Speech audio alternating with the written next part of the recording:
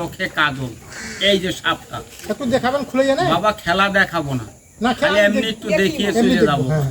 আবার কেউ চাল টাইল দিস না, না না না না পয়সা টয়সা দিস না। এই যে দেখ, অত দূর থেকে দেখতে পারবি না, সবাই একটু আগিয়ে আয়, ফুলটা দেখে যা, আগিয়ে আয়, টাকটা করে আগিয়ে আয়, ফুলটা দেখে যাবো।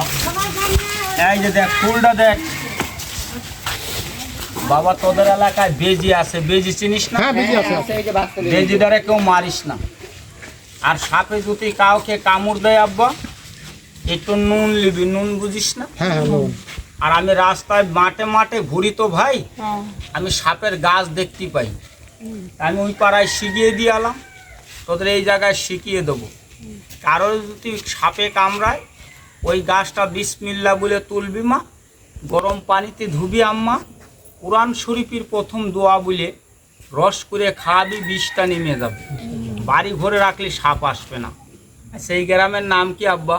এটা মদিনা মসজিদ বলে। মদিনা মসজিদ। আমি জীবনেও আসি নাই, আমি গরিব মানুষ, কেউ ঘৃণা করলে না। না না না না তোরাও মানুষ, আমিও মানুষ। ওটা কি হুঁশ করিস না।